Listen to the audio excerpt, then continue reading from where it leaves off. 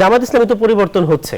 জামাতের এখন যারা আছে তারা কি যুদ্ধাপরাধী কিনা আপনি সেই প্রশ্ন করতে পারেন। এটার মধ্যে কিন্তু একটা বড় পার্থক্য আছে। ডানপন্থী আর মধ্যপন্থী কি সমান্তরালে চলতে পারে? না, এটা সমান্তরালে চলার কোনো বিষয় না। যেমন আমাদের সাথে এবার জামায়াতের জোটটা কেন হয়েছে, আমরা কিন্তু আদর্শিক জোট করিনি, এটা আমরা একদম ক্লিয়ার করেছি। এটা ছিল নির্বাচনী জোট। কেন আমরা করেছি? কারণ আমরা দুর্নীতির বিরুদ্ধে, আমাদের জোটটা ছিল দুর্নীতি বিরোধী, আধিপত্য বিরোধী এবং সংস্কারের পক্ষে এগুচ্ছেন। সরি, আরেকবার। সামনের দিনে রাজনৈতিক জোট গড়ার পথে এগুচ্ছেন। না, এটা আমরা বলেছি যে যেহেতু আমরা বিরোধী দলগুলো যদি যুগপৎ আন্দোলন করা লাগে তাহলে তো বিরোধী দলগুলো হয়তো একসাথে নামবে, কিন্তু আমরা কিন্তু এটা এখন আমি আজকে ওপেন মিডিয়াতে ক্লিয়ার করছি এটি নির্বাচনী জোট ছিল, আদর্শিক। এনসিপি কি জামায়াতে বিলীন হবে? এনসিপি কখনোই হবে না, কখনোই হবে না। এনসিপি নিজস্ব আদর্শ আছে। যেমন আমাদের যদি আমরা ৭১ এর মুক্তিযুদ্ধ নিয়ে বলি, আমরা নারী ক্ষমতায়ন নিয়ে বলি, ধর্মের ব্যবহার নিয়ে বলি, শাসনতন্ত্রে, এই তিনটা পয়েন্টে অন্তত জামাতের সাথে আমাদের একদম ভিজিবল ডিফারেন্স আছে এবং এটা থেকে কিন্তু এনসিপি কখনো সরে আসবে না। যদি জামাতেরও এমন কোনো মেসেজ দেখা যায় যেটা কন্ট্রাডিক্টরি আমাদের চিন্তা ভাবনা বা আদর্শের সাথে, সেটা কিন্তু আমরা প্রকাশ্যেই বলবো এবং আমাদের রাজনীতিতে প্রকাশ্যেই থাকবে। যে বিষয়গুলো সেগুলো পয়েন্ট আউট করছেন, কিন্তু